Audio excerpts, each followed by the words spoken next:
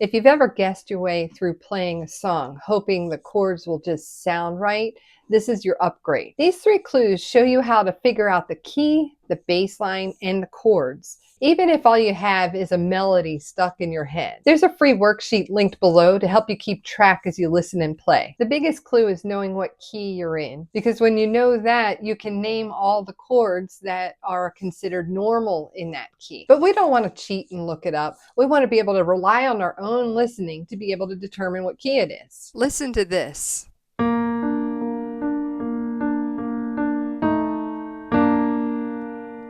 This is the biggest function in a key of B flat. It basically will sound good with any song in B flat. You can recreate this same function in all 12 keys. I'll show you it in 2 other keys.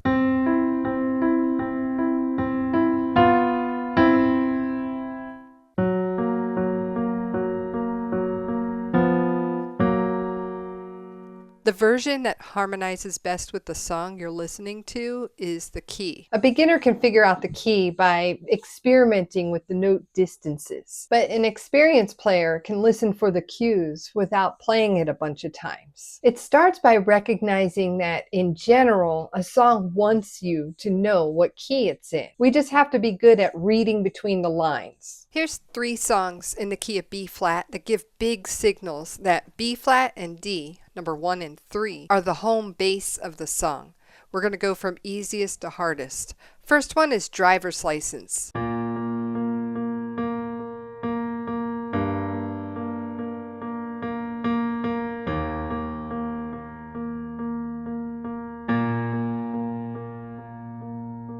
So that one makes it super obvious we're in a key of B flat. We're literally hitting B flat over and over. The next one keeps a beat with 1 and 3 from the beginning and sets a backdrop.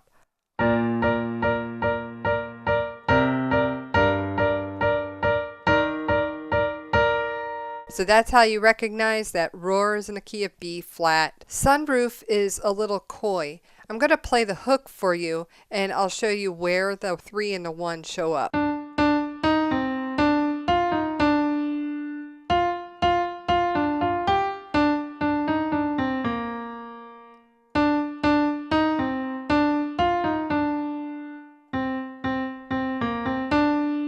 We have 2 melody phrases. The first phrase lands on 1. The second phrase lands on 3. So that's how you know B flat and D are the home base of this song. Now I want to give you an example of a song that refuses to settle in the safe place of 1 and 3.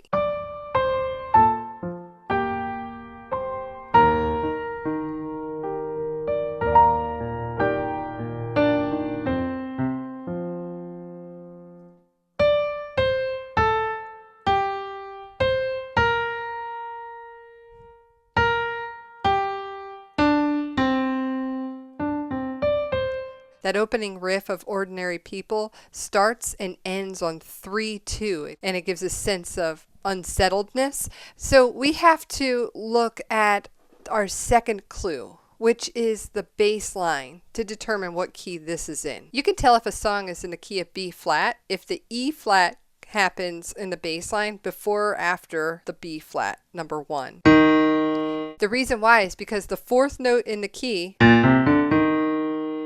has the job of resolving to the home bass.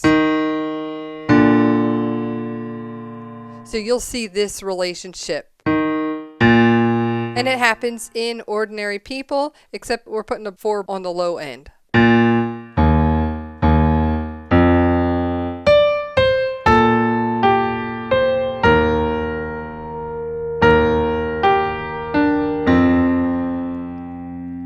So even though the melody is coy, it doesn't land on that home bass. That bass line that uses 1, 4, and 5 is as reliable as you can get because it has each kind of note that has their own job. The home note, the decider note, and a location. Our other song examples have variations, but they all hit 4 and 1 next to each other. So let's start with Sunroof.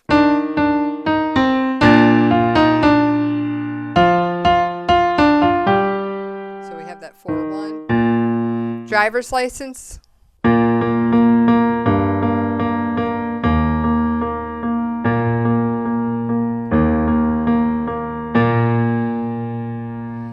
and roar.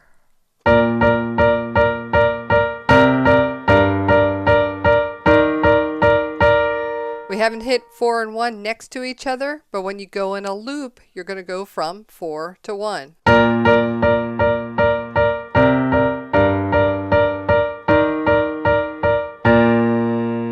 Sometimes a song is in the key of B flat, but the bass line never visits 1. We call that a travel song, and it usually goes between 4, 5, and 6.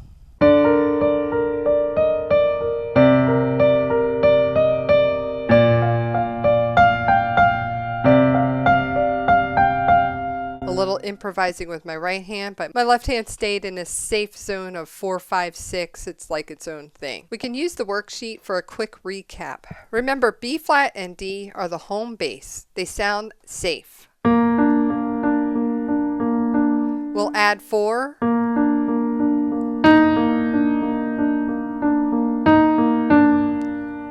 Color that purple, and then 4, 5, and 6 make up a travel song. So 4 is considered a decider note that takes you home, or it can take you to locations. We color the location notes orange.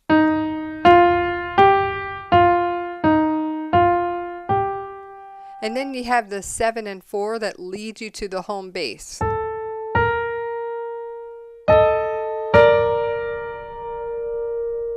Now we want to write the letters in the key so we can name the chords. If the letter's left alone, it's assumed it's a major chord. If it has a little M next to it, it's a minor chord. Our worksheet has the letters numbered, but we want to put the M's next to chord number 2, 3, and 6. 7 doesn't really refer to a chord we'll use, so we'll put a little 0 next to it. That indicates a diminished chord. Now you can replace those bassline numbers with actual chord names on the score or lyric page. But here's the twist. You don't actually need to know all these chords to harmonize to your song. When you have a straight bass line, there's notes that you can just play along to participate in the song. So here's some examples.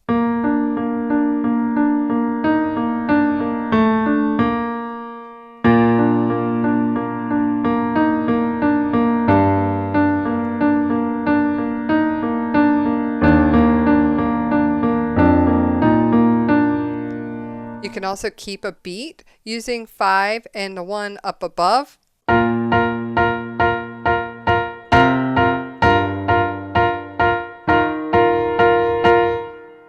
And sometimes 3, 6 sounds better.